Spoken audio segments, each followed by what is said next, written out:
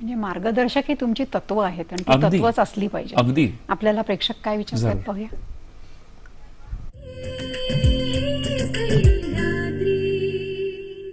Vinayak Shinde sir, माझा प्रश्न असा आहे की मला 2 बॉस आहेत आणि या दोघांनाही त्यांच्या एकमेकांचे विकनेस माझ्याकडून ऐकायला खूप आवडतं, पण कधी कधी त्यांच्याशी या विषयाशी बोलताना मला खूप भीती वाटते, पण काही पर्याय नसल्यामुळे मला यात सहभागी व्हावे लागते. तर अशा परिस्थितीत मी काय करावे? नेहमी पडलेला हा प्रश्न आहे. नेमकं ही हाताळणी कशी करायची?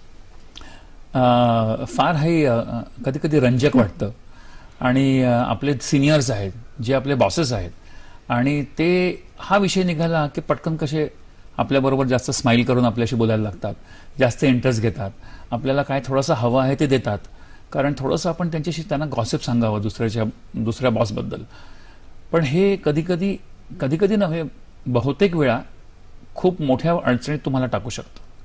पहिली गोष्ट म्हणजे ह्या गोष्टींची तुम्हाला सवय लागते, हे सगळ्यात वाईट. आणि त्याच्यानंतर असं असतं की कधी ना कधी ते बॉसेस काही कारणास्तव एकमेकाचे मित्र बनू शकतात.